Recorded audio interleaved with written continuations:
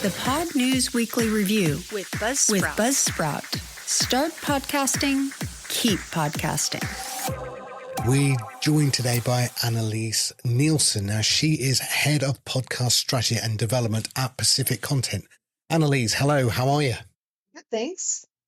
So let's start off with last year, Lower Street bought Pacific Content, and you're at Pacific Content. You were there at Pacific Content when it was purchased. What's changed? What's it life been like now as part of Lower Street within the Pacific Content bubble? Sure. Well, in a lot of ways, things are similar. I would say my role is pretty similar across both companies. So I sit sort of between marketing and sales. I put together proposals for clients. I write our newsletter. I do a lot of thought leadership kind of content and plan events for Lower Street. So that's maybe something that's new for me at Lower Street, but still sort of within the same wheelhouse as what I was doing at Pacific Content. And I would say the difference between the two companies, or where we're at now, Pacific Content was previously owned by a very large media conglomerate. So that definitely impacted sort of day-to-day business. And now part of a scrappy startup. So there's a lot more flexibility that comes with that. We are also a global team, so there are people all over the world across lots of different time zones, which is pretty cool. And we all work remotely. And so, yeah, those are the main sort of differences, I would say. Lower Street also, with the acquisition of Pacific Content, has much more of a broad offering, I would say, than Pacific Content did.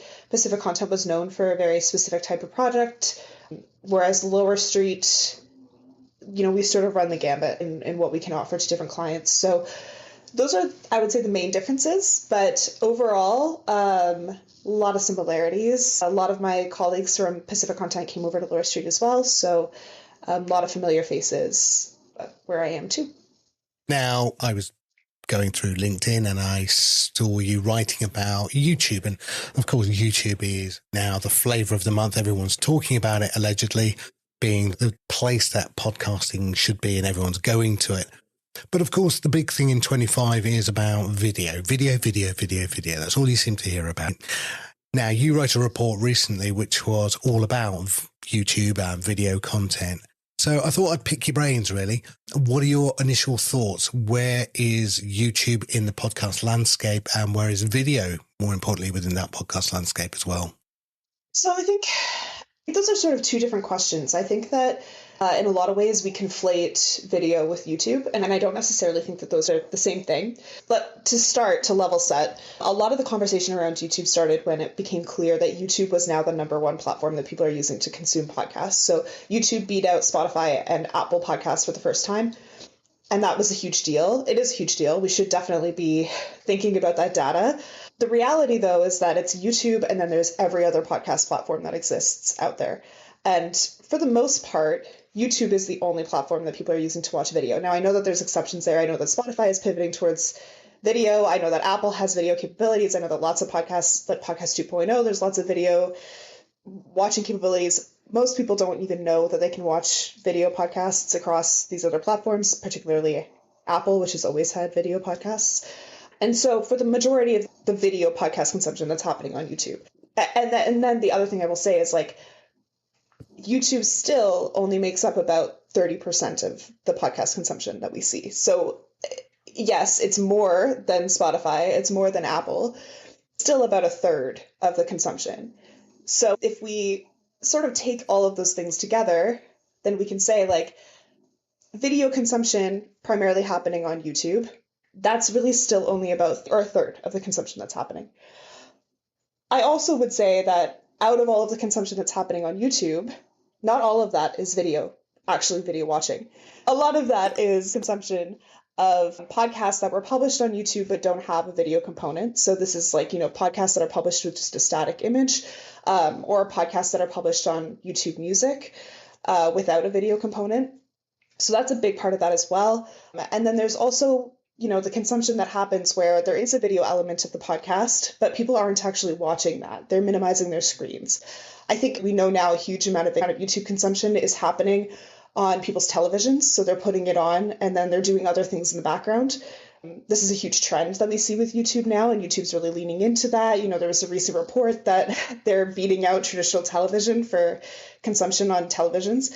And that's, that consumption makes a lot of sense. It's something to put on in the background. Does that mean that people are watching those entire videos, those entire, 1, 2, 3 hour long episodes? They're not, right? It's something that's on in the background. So I think all of those things are important for us to think about when we think about our video strategy when it comes to podcasts. I think, there's a lot of nuance in this conversation that I think we're missing when we just look at this data of, YouTube is winning podcasts and we all need to pivot to video. Like maybe video makes the most sense for your podcast project. Maybe it doesn't make the most sense for your podcast project. Video comes with a lot of additional costs the majority of the time. And to do it right, especially, there's a lot of costs involved. And there's also a lot of sacrifices involved in making a video podcast, because it means that you're sacrificing the ability to do things that you can do with audio only projects. So that's sort of the basics of my thoughts on YouTube. Yeah, no, I can see the trend. I think what we're seeing is the high-end podcasts that have significant budget or significant teams that can afford to have both an audio and video strategy are going, okay, we'll put our video strategy onto YouTube, but we will also have an audio strategy that goes onto other platforms. We're also seeing a lot of the video, as you said, in the pocket, but you have to be a subscriber, right? If you try and put a video in your pocket, you'll get ad interruptions. You will get the YouTube app not liking it and glitching in your pocket. It won't minimize. So they're driving you down a paid subscription model in order to have that capability. So one of the things that I've noticed recently, though, with the high-end podcasts is that they are moving to live as a core strategy. So if you look at podcasts like The News Agent or The Rest is Politics or even Zeteo or Rest is Politics USA, some of the politics podcasts I watch. So you know now what I listen to or watch, right? But they've gone live. Why do you think they are also moving to live? I get the lean back model of TV. My teenage or early 20s daughters will have a video on, not watching it, but will listen and then lean into watch something if it grabs their attention. So I can see how that all works. But live seems to be another trend that's coming. So we've gone strangely from Apple, Spotify to YouTube. We've then gone strangely from audio to video. And it feels like we're now going video, live video. What are your thoughts? I see what you're saying, and I do see that trend as well. I don't know. I think that there's always been a bit of a live element in podcasting. It's just that we had a lot more live in-person events back in the day. Before COVID, that was a huge business line for a lot of podcasts, right? Like My Favorite Murder would have massive tours that they would do of live shows. Criminal still does like massive live show tours. I feel like they're constantly on tour. So I think that's kind of always been there as a bit of an element. I think the difference is now it's just moved to being more of a digital experience rather than an in-person live experience. I think probably part of this comes from a desire, I think, from the audience to interact more with podcasters. You have this like very deep parasocial relationship that builds between a listener and a podcaster. We know that like podcasting is it's cliche to say now, but it's a very intimate medium. You're listening to them by yourself, usually with headphones on, although maybe that's changing now with the rise of YouTube and people putting it on in the background on their TVs. But for the most part, that's what's sort of been a strength of the medium, is sort of this relationship that builds between the listener and the podcaster. And I think, most podcast platforms do not really support interactivity in the way that a lot of other digital media does, right? Like social media really is built on that interactivity. That's what it's for, is for us to have that, connection to somebody and being able to go back and forth with them. And YouTube also really prioritizes interactivity between the creator and the audience. And I would say that, a live event affords that type of interactivity in a way that we don't really get in other spaces in podcasting. So maybe that's where part of this is coming from.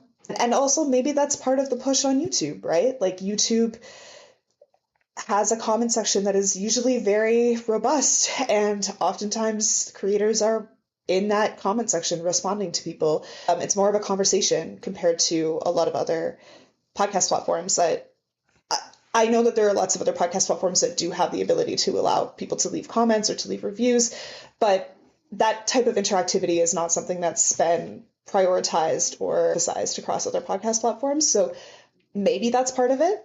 Yeah, I think there are three elements. Live gives you that feeling of being in the room with the people, even if you're not. I think YouTube, as you said, have comments, but I think the live chat actually takes it one stage further. And I think super chats give you that monetization that you can gain from those live events.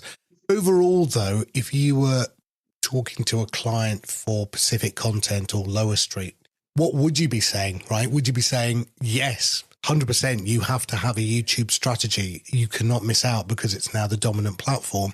Or would you say, horses for courses, you're a crime thriller, don't really need to see the video because that's then TV, because that becomes a much bigger thing. So is it just a talking heads platform for podcasters, right? What's your thoughts there? I would say, first of all, yes, always YouTube. Having a YouTube strategy is always part of the conversation, regardless. Doesn't matter who the client is or what the type of project is, there needs to be some strategy around YouTube. So that could be that we just, are publishing on YouTube Music. That could be that we have a static image and we're publishing episodes there. Sometimes the YouTube strategy, like as you said, if it's a true crime show, we're not producing full-length video episodes necessarily. And so, yeah, that's often the case, I would say. Probably the majority of the time we're pushing people towards that as a strategy. But YouTube needs to be part of the story no matter what. I think you would be foolish to miss out on, a third of listeners potentially discovering your show that way. And we know YouTube is much more robust for discoverability. So I think it would be bad advice to say to ignore YouTube altogether. That being said, as you say, some podcast formats don't lend themselves to full-length video episodes. Sometimes it makes sense to make video clips instead of full-length video episodes. You can still record video for all of your interviews. You just maybe aren't editing it together as a full-length episode. Maybe you're just releasing, a portion of an interview or a segment of the episode, or just a clip that's being used on TikTok and on YouTube Shorts. That's also a legitimate and really good strategy for a lot of our clients. It does really depend. I would say a big factor in deciding how we approach this would be who's your target audience and what is their consumption sort of habits. So for example, when it comes to Lower Street, we produce a lot of B2B content. A lot of the time that content is targeting CEOs and executives.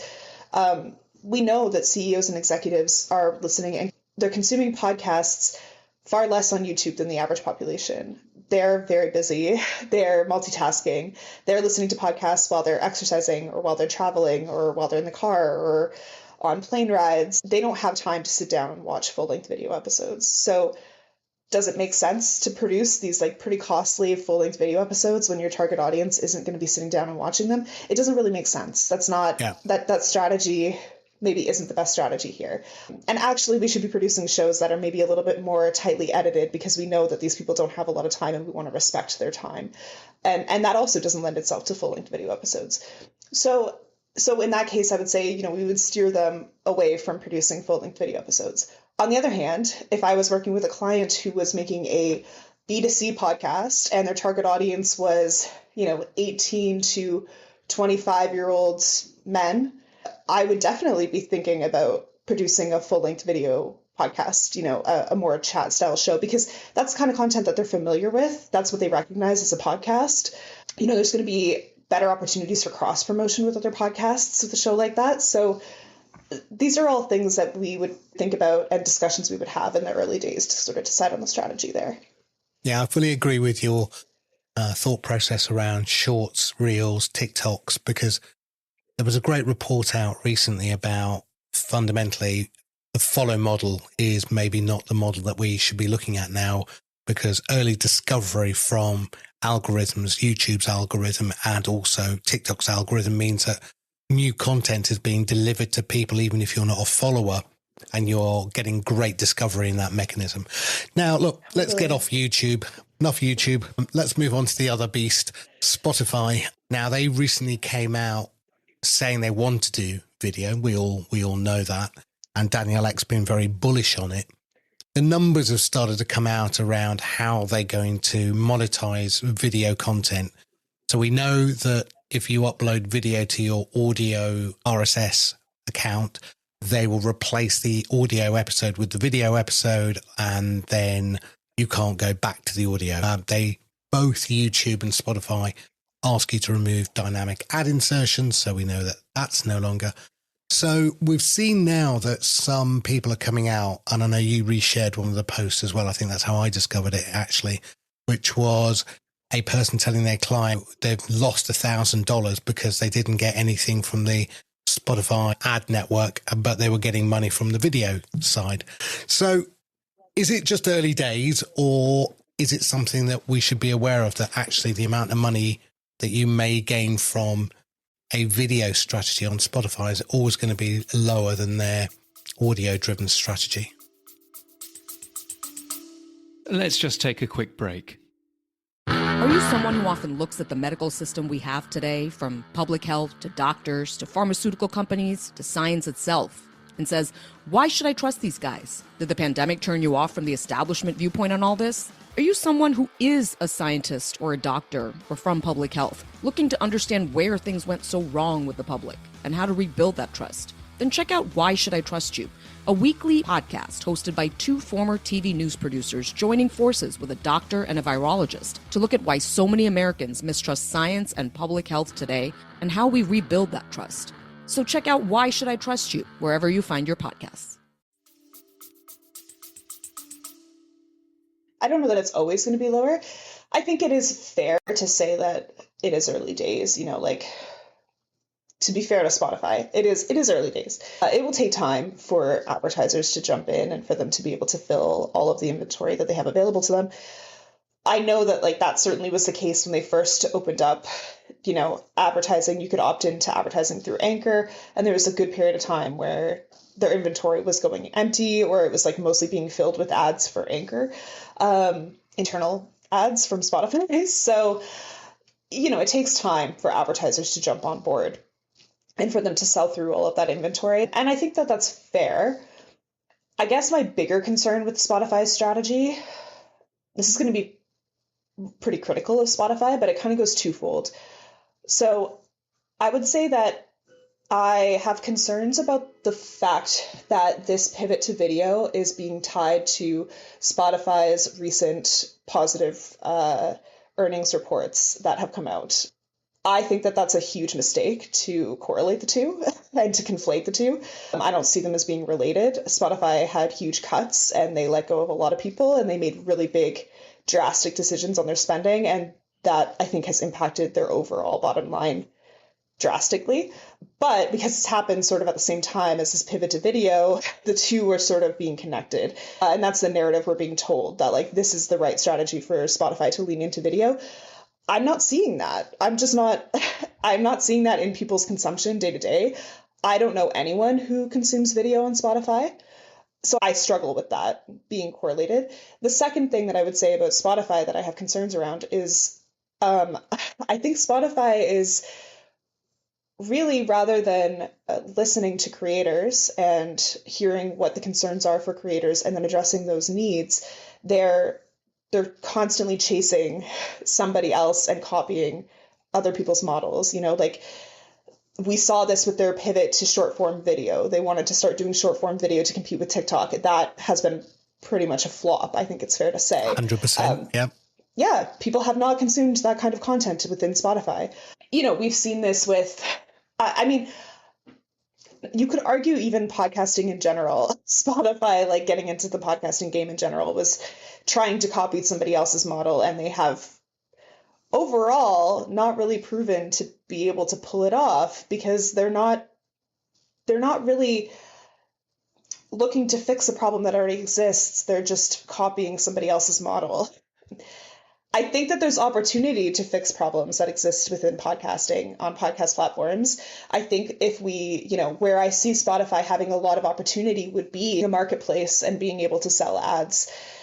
for creators, for smaller creators. So smaller creators can opt in and then they fill their inventory with ads automatically. Spotify could really take the reins and do that on the audio ad side. So the Spotify podcast ad network, I see there's a huge amount of potential there because that's a gap that's in the industry that we have. That's an area that there's not a lot of other opportunities for that for creators. But I mean, on the video side, it's you're so far behind where YouTube is. Why even try to become the new YouTube? I don't know. It just seems like there are other problems and gaps in the industry that they could be filling for creators, and it would be much faster to be able to accelerate their growth if they were to fill those gaps rather than just chasing the, what's popular now. Yeah, I think there's a couple of things in there I agree with and a couple I probably disagree with. So the first thing I think is that Spotify had to go and find new revenue streams. I think you're right, conflating the two. Returning to profitability may have been through cuts, but I think they also know that if they're going to beat the market, they have to find new revenue streams. I agree with that. I also would say their audiobooks have that pivot has been pretty successful, I think, for them. I think a lot of people are listening to audiobooks and well, maybe not revenue-wise. Yeah, I don't have the numbers to back that up. But again, with the audiobook strategy, I believe that was a separate revenue stream that they were bringing to the play. Totally. That was different to the music revenue stream. And again, they were hoping that podcasts, the ad revenue stream would be another revenue stream. I think video is just another revenue stream. And I think like we talked about YouTube Live, James and I believe that Spotify will get into live in a big way. But I think live more with music, concerts, being able to go and see the Bruno Mars concert because it's sold out, but you can watch it online, or guess what? You can watch, the Weeknd. I can't get to Canada, but I can watch them from the UK, right? So I think that could be a big marketplace. One of the things I often say, though, is if you remove the music element from Spotify, would it make a good podcast platform? Would it be a standalone good app? What do you think? No. No, exactly. I don't think it's a great client, right? And that, I think, is their problem. I think they haven't got a good UI. I think they're stuck with their music UI that they've tried to adapt to a podcast UI, that they're trying to adapt to a video UI. I think it's too expensive. It's not too expensive. They've got enough money, but it's too risky for them to do a complete UI change. And I think they've bolted it. But I think the one thing they have to do is they have to try and go after these new revenue streams. I think they have to go after video. I do agree with you. I don't agree that it needs to be video. I agree that they need to diversify their revenue streams. I think the chase to video is not, I think that's not how people consume things on Spotify. It's not how people think of Spotify. So I think it's too vast of a pivot it's not considering user behavior and user consumption. I think that when you were talking about the UI for podcasts, it's funny because I think actually Spotify had a lot of opportunities with podcasting to make that into something really great. Spotify became such a huge app for music because they have a lot of strengths that could then be applied to podcasting. For example, Spotify's algorithms and recommendation tools were far, far, far ahead of everybody else, at least back in the day, maybe not so much nowadays, but back in the day, and they were using AI for recommendations, far before everybody else. They were way advanced on those things. And that hasn't translated into podcasting. We don't see really great recommendations coming for podcast listening on Spotify's app. Actually, I think it's gone down in quality. I think it used to be even better than it is now. You used to get pretty good recommendations on the podcast homepage on Spotify. And I think it was human curated at one time, and now it's not. I don't know. And I think it differs from country to country too. I think in the States it's better than it is in Canada probably, and probably better than it is in the UK. But why hasn't there been any kind of effort put into discoverability for podcasts on the Spotify app? Because that is something that they are known for, and we're known to be very, very good at. And it's a big problem in podcasting. If you could solve that problem, then you could really make a case for why people should be using Spotify to listen to podcasts. But there's been no effort put into that. So I don't know. I do agree with you on the diversifying thing. They did need to diversify. You can't just stick to music. I get that. I'm not sure that video is the way to do that necessarily. I think The problem they've got is, and I've said it on Pod News Weekly with James on several occasions, they have a price elasticity problem. There is a snap point at which the price for their subscription will become detrimental to renewal. So if I said to you, are you happy to pay $19.99? Are you happy to pay $25.99, $35.99, 50 quid, right? There will be a point which you go, I'm not really that sure I want to pay that anymore. So I don't know where that point is. But because they're taking the video revenue that they give to creators out of that subscription model, if they are to give creators a greater revenue share, then they have to increase that price elasticity and their subscription costs. So I don't know what's going to happen. And in that sense, the one thing that's missing from all the detail and data that they give us is how much do you pay? Is it a per minute watching payment? Is it a percentage completed payment? So if you watch a video, is it 10%, 50%? Do you have to watch 100% before a payment is made? We don't know. Because we know, for example, I think it's 30 seconds or more is considered a music play. And then that goes to their data metric, right? And that's what forms part of the payment to musicians. But we don't know if that's true with podcasting yet. We don't know because they're not paying for the podcast, which would be lovely, but they're paying for the video element of the podcast. So it's very weird. And I think also with YouTube, you know, they came out with this 1 billion plays, and James and I looked at the numbers, and John McDermott, a friend of the show, also looked at the numbers, and there was a number of, we're not quite sure that's quite good because it's, you know, how long's a play before it gets registered? Is it a logged in, logged out play? So there's lots of things. Okay, look, Annalise, given that you're not a betting lady, I'm assuming, but if you were a betting lady, would you say that Spotify or YouTube by the end of 2025 is going to be the biggest player? Who's going to win? I think it'll be YouTube. And is that your podcast client of choice for yourself? No. What do That you wouldn't use? be my choice, no. Well, personally, I use Pocket Casts. I like supporting a smaller podcast player. I have used Spotify in the past, particularly when they had gated podcasts. I did listen to a lot of Gimlet shows on Spotify back in the day. That was also when I paid for Spotify Premium, so I was in there a lot more. I don't pay for Spotify Premium anymore, so I don't use Spotify basically at all. I mean, you're not on your parents' account like every other young person. My parents don't even pay for Spotify. They use like Google Music or I don't know. Right. I guess it doesn't exist anymore. Something like that. No, I use Tidal now, actually, which I chose them because they have a higher payout to creators. So that's why I switched to Tidal. And it's the same price also, I would say. So, and it has the same music. And I didn't like the UI for listening to podcasts on Spotify anyways, so I didn't feel bad about leaving that behind. I did use Apple Podcasts for a long time as well, and I liked Apple Podcasts. I do like Apple Podcasts. I like the homepage of Apple Podcasts and that there's editorial recommendations on Apple, and I actually find those to be much more, they're human edited. I know Pocket Casts is similarly, there's a human doing the editorial decisions, but Apple is country specific, so I find I get a lot more recommendations that are more specific to me in Apple, which I like. So I use Apple Podcasts on my desktop and I check it pretty regularly for new shows, and that's how I discover new podcasts a lot of the time. But for day-to-day playing, I use Pocket Casts because I found Apple was really glitchy. Okay, nice.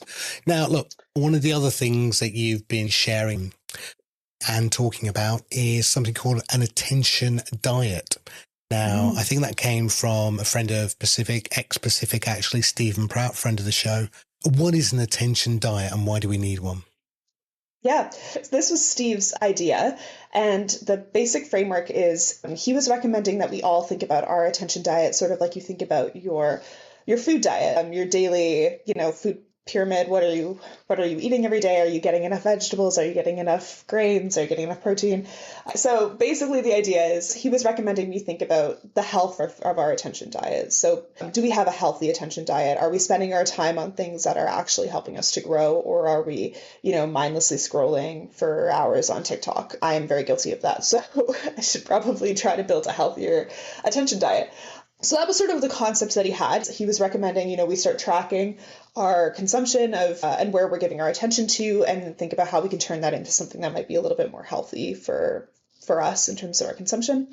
The idea that we sort of took from that, so my colleague Hannah, who is head of audience development at Lower Street, she saw this article and really liked it, and then had the idea to think about how we can apply this to our clients and their needs that they might have.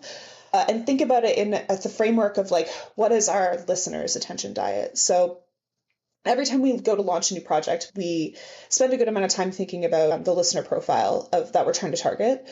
And that includes thinking about, what are their habits? What are their, challenges that they might have? Obviously, any demographic insights we could pull.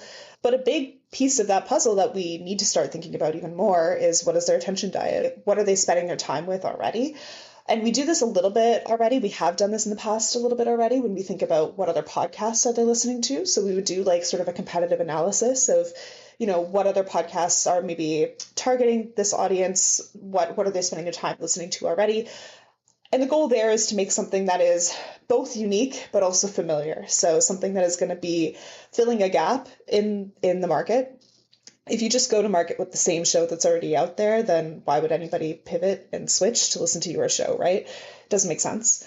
But you also want to make something that feels familiar enough that they're going to want to click play. It's kind of like when we were talking about, the YouTube strategy. If I'm making a show for 18-year-old men, I'm probably going to make a video podcast because I know that that's what they recognize as a podcast. And so that can help us to figure out like a marketing strategy and develop a show altogether.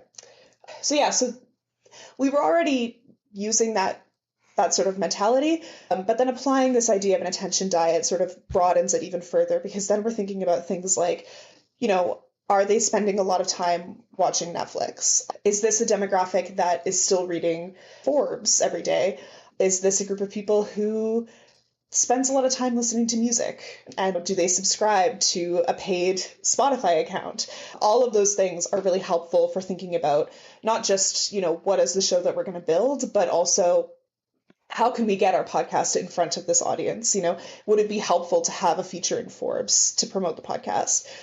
Is that going to get in front of this audience? Is it helpful to, build a show that is easy to put on in the background on YouTube, on your TV, because we know that this audience has their TV on, they're maybe like I know we always say like 2 screens, but I know now we're talking about like 3 screen audiences. Maybe they're like a 3 screen consumer and we want to have something that they can put on in the background on their TV.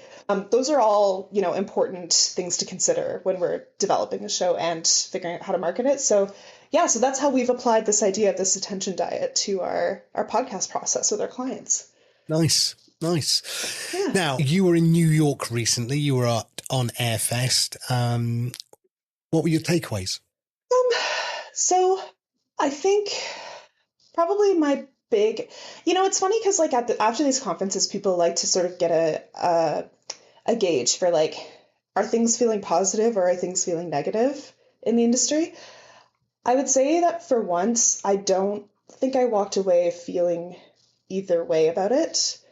If I'm totally honest, I got the impression that in New York City right now, podcasting is not their priority.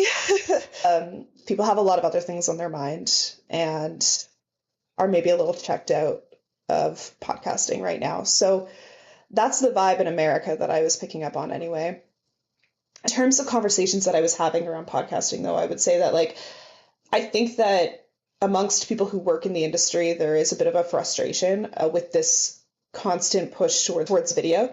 That's not because people are not thinking about video or they're not willing to pivot to video or they're not willing to explore video or anything like that. It's just that there's a frustration that podcasting is becoming synonymous with a video talk show because there's so many other formats that a podcast could take. And it could be so much more creative and so much more interesting than that. And I think people are feeling sort of a lack of creativity in the industry right now, and that's very frustrating. The other conversation that I was having a lot was around video clips and the value of video clips. And I would say I think that there's sort of an understanding amongst most of the people that I spoke to that video clips are worth it because of what you said about, discoverability and the algorithm putting them in front of people who don't follow you or who have never been connected to you at all. I think that there's a lot of value there.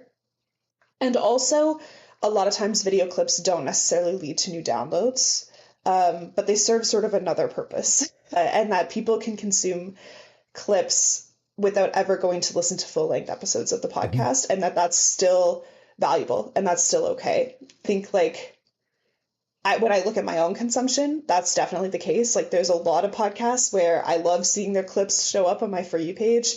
I will never go listen to the full-length episode of that podcast. It's just not the type of podcast that I would typically consume. And I don't want to listen to like a whole 2-3 hour long episode of it. But I really love the clips, and it introduced me to new creators. And I still, am introduced to this world of the podcast. And I would follow them on social media. But like, I'm not interested in listening to the full-length episodes. I think there's a lot of value there still. And so if we only measure it in terms of like, as a discoverability tool or as a marketing tool, I don't know that clips have a whole lot of value in terms of that. I don't think that they necessarily generate a lot of downloads, but I still do think that they do hold a lot of value for creators and for brands and for podcasters. So that was another sort of takeaway, I guess, from that time. I think shorts do help with brand awareness because I think it's through osmosis over time. I think if you're repetition, you eventually get, maybe I'll click and listen. I don't think it's an immediate download return. I also think that, in the world that we are, I think what you've said through the whole of this interview, which has been quite interesting, is discoverability as being a big issue. And it still always is. I mean, James thinks, I believe that there isn't a big discoverability issue. I think there is. That's where we differ. And I think we're learning that shorts are a great way for a new customer discoverability, introduction to something through an algorithm. But I think we're seeing YouTube's algorithm as another form of good discoverability. And whether we can build community from the shorts leading to long form podcast leading to community, so repeatable customers, that's an interesting part. And I think we're seeing a bigger push towards people talk about community. We talk about fandoms. We talk about monetization of fandoms and how that can happen now. So I think that's where I think we are in 25. And I find Spotify may be in the squeezed middle. I think they could be the squeezed middle, which is they're not YouTube and they're not really video, but they're not really shorts. As we said, they didn't really have a TikTok strategy that worked. I think, as you said, purpose of Spotify for most users is music, not podcasting for some reason. There isn't. I think there was supposed to be an easy transition between, if you talk about the attention diet, I'm listening to music, I'm now going to switch over to my podcast. I'm now going to go back to my audiobook. Now I'm going to go and watch a live event if they did that. Now I'm going to do something else and staying within the gardened wall of Spotify, but I don't feel that that's happening. I do feel that Apple is missing in action. I just feel that they're just lost. I have no idea what Apple is doing. Hello, Apple, 164,000 of you. I don't know what you're all doing, but someone wake up the donut because no one's at home. I really don't know what Apple's doing. Yeah. And they hate me for saying that, but generally I just believe they're missing every opportunity and I don't know what they're doing. But okay, look, the last part I wanted to cover, it's International Women in Podcasting, right? And what does that mean? What does that mean for you as a woman? What does that mean for us as an industry? Where do men fit within that conversation? So let me go back to one of the points that you made that was around discoverability, that you said that you think that there is a problem and James said that there isn't. And I think I agree with you that I do think discoverability is a problem. I think it's always been a problem in podcasting and we haven't solved that problem yet. But I think that it used to be the case that discoverability was the issue and that if people took a little extra time to dig, you could find really, really amazing, great content. I'm not saying that that's not true today. I know that there's a lot of amazing podcasts being made, but I think that we are slipping into a space where there is also a content problem. The quality of the content that I'm seeing come out today, it's not the same as it was 5 years ago. It's just not. We've seen like huge budget cuts. We've seen pivots towards quantity over quality, really, because there's an understanding that if I can just throw a bunch of ad markers into this podcast and pump out content every other day, then I'm going to make more money than I would if I were to invest in quality content that got a lot more downloads over much fewer episodes. And I think that like when I have friends reach out all the time and are like, what are you listening to? What should I listen to? I don't have recommendations like I used to have for them. So I think that there's a real risk in that. And I bring this up now because I think with that has sort of come, there's a huge diversity problem in podcasting that it's always been there again, but it is getting much worse. And being in New York, I think that was really highlighted for me. I think there are definitely, on the gender side of things, podcasting has always been much more male dominated. You know, it sort of started as like a tech product, and it was definitely gated and very difficult to get into if you were a woman. Back even when I started getting into podcasting about 10 years ago, it was very hard to find anybody who would help me to learn in the space as a woman. There wasn't a lot of welcome spaces for me. There was a lot of jargon that was being thrown around without any sort of, attempt to sort of let me into that space. And it took a lot of persistence to really push through it, to even figure out how to set up an RSS feed, frankly, which is crazy back then. So, I think there's always been that sort of as a through line in podcasting. And that's something we should be working towards fixing for sure. I think we've come a long way. I think podcasting has gotten a lot more accessible for women. But if we zoom out beyond just our industry and see how people perceive us, they perceive podcasting as being a space for white dudes sitting around a microphone, right? That's what podcasting is to a lot of people. That's problematic. And I would say, like, beyond women, like, there is a huge lack of people of color who are on microphones right now in podcasting, and it's alarming to me. Like, at On Air Fest, I really felt that. This isn't a dig at On Air Fest. It's just, looking around the room, it's gotten worse. We're going in the wrong direction, I would say. And that is alarming. And I think that comes with the lack of budgets, huge budget cuts. Unfortunately, you end up with women and people of color. Their shows get cut from those budgets. So yeah, I think that's part of the problem. I would say, like, as I'm saying this, I think that there's a little bit of a misconception too, that, when you have the people in charge be primarily white men who are making these decisions, they view podcasts that are hosted by women and are about women's issues as being niche or like not scalable. And that's why they get cut early on, or they never get made in the first place. And that's just not the case at all. So yeah, I think there's also probably a little bit of that happening.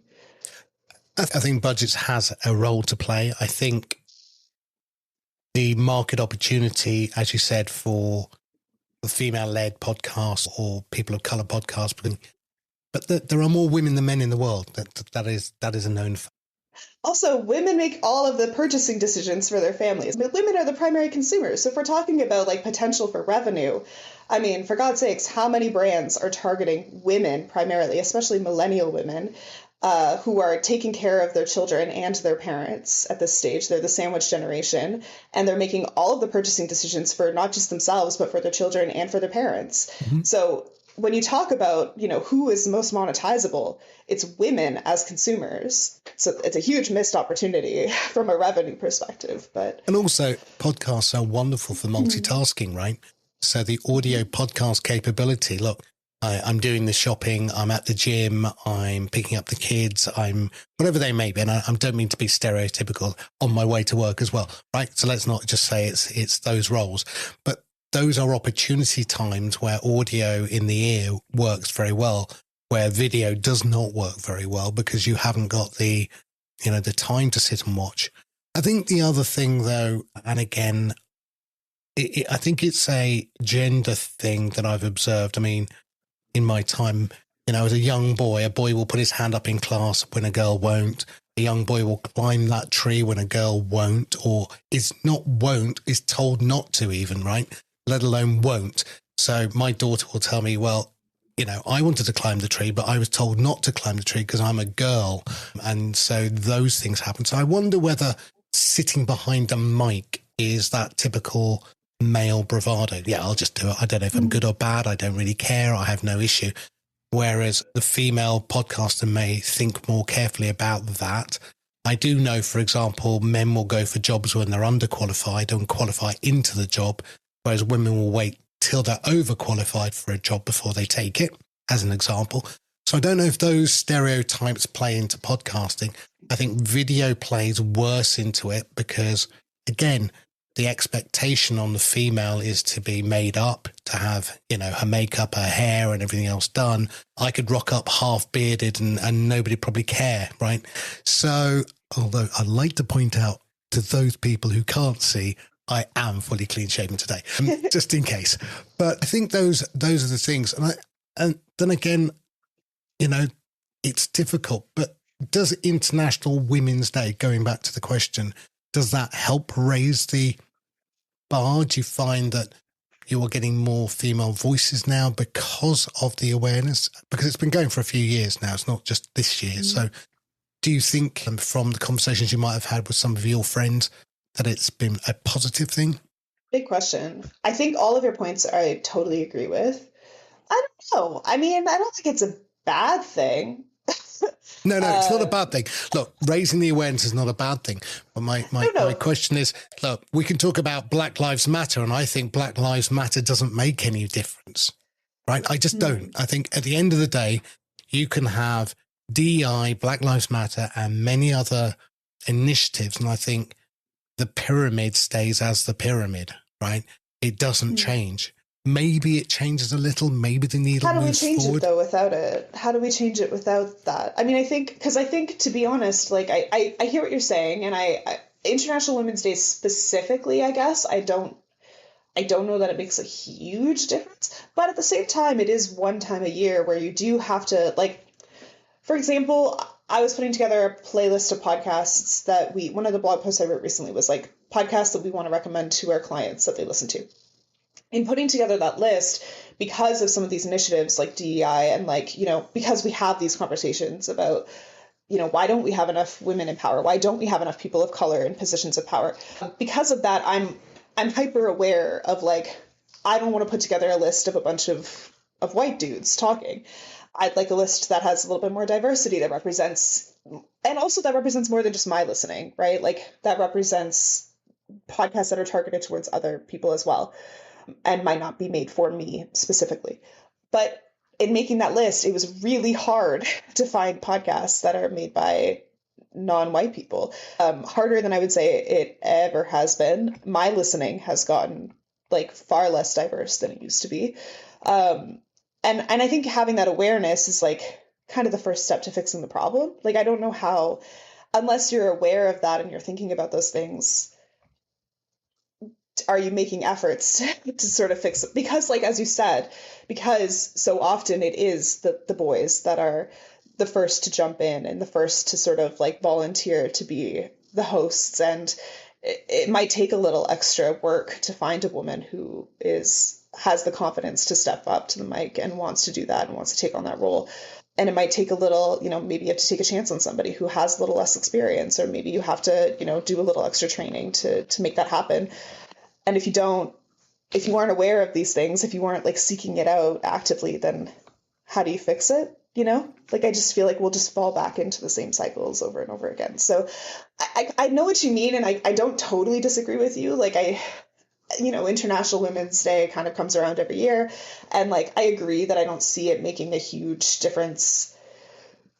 A lot of it is sort of silly corporate bullshit, frankly, that's not actually moving the needle. But at the same time, if it does if trying to put together your list for International Women's Day of inspiring women that you're going to post on LinkedIn just to get some likes and show that you're, holier than thou because you care about women, if in putting together that list, you realize that it's really hard to find women to highlight because there aren't enough in these positions, or you don't have enough in your company, maybe that's a wake-up call that you need to then actively try to fix that, Yeah, maybe it's an awareness day, just to bring that awareness to light, to the conversation. Yeah. Annalise, I think we could talk lots more, but I think the time will go on and James will be editing this very heavily anyway. Look, thank you so much. Thank you for your insights into the thoughts on YouTube, Spotify, short form, branded content, lots that we covered. So thank you very much. Now, are you going to be at Chicago for Podcast Movement? Are you going to be in London for the London Podcast Show? Where can people find you? So I would love to be at both of those, but actually I am heading off on maternity leave as of early congratulations. May. So thank you very much. So yeah, I will be on a bit of a break from about a year, but I will be back in full swing again 2026. So yeah. Well, look, congratulations. And look, when you come back, I look forward to meeting up with you. Thanks a lot. Get updated every day. Subscribe to our newsletter at podnews.net. Tell your friends and grow the show. And support us. The Pod News Weekly Review will return next week. Keep listening.